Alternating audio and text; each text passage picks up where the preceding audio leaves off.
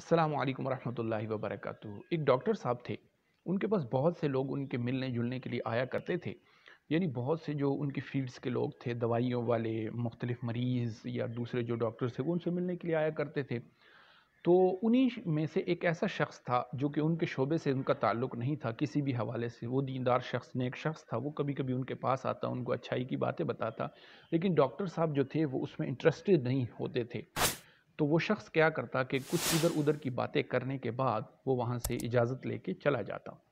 एक दिन हुआ यूँ कि डॉक्टर साहब घर में अपने मौजूद थे कि टेलीफ़ोन की घंटी बजी और घंटी जब उन्होंने सुनी तो उन्होंने कहा, हेलो, कौन बात कर रहा है? तो दूसरी तरफ से आवाज़ आई कि मैं जिब्रील बात कर रहा हूँ और तुम्हें अल्लाह की तरफ से बुलावा आया है।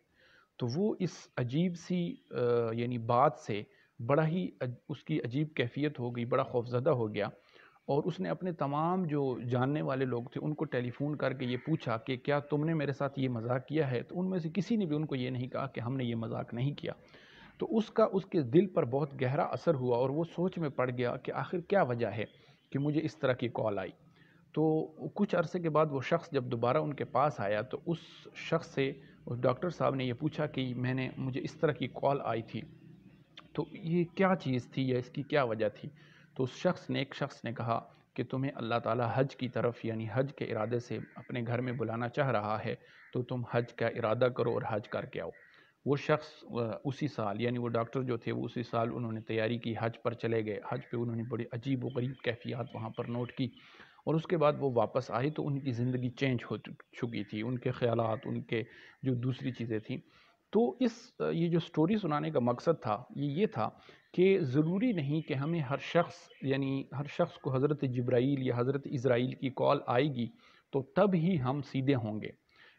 इस कायनात के अंदर अल्लाह ताला की तमाम चीज़ें जितनी भी हैं वो पॉजिटिविटी की तरफ बुलाती हैं, वो इंसान को अच्छाई की तरफ बुलाती हैं, वो इंसान को नेक बनने की तरफ बुलाती हैं और हमें उन्हीं से सबक हासिल करना चाहिए। ये ना हो कि जब मौत का फ़रिश्ता हमारे सर पर आकर खड़ा हो और फिर हम कफ़े अफ़सोस मलें। इस वजह से जो आपके इर्द-गिर्द जो वाक़यात हो रहे होते हैं, जो लोग होते हैं जो आपको पॉजिटिविटी की तरफ, आपको अल्लाह की तरफ, आपको दीन की तरफ दावत दे रहे होते हैं, उनसे आप सीखें और उनके बाद उनसे सीखें, उनसे आप इल्म हासिल करें, उनसे तजर्बा हासिल करें।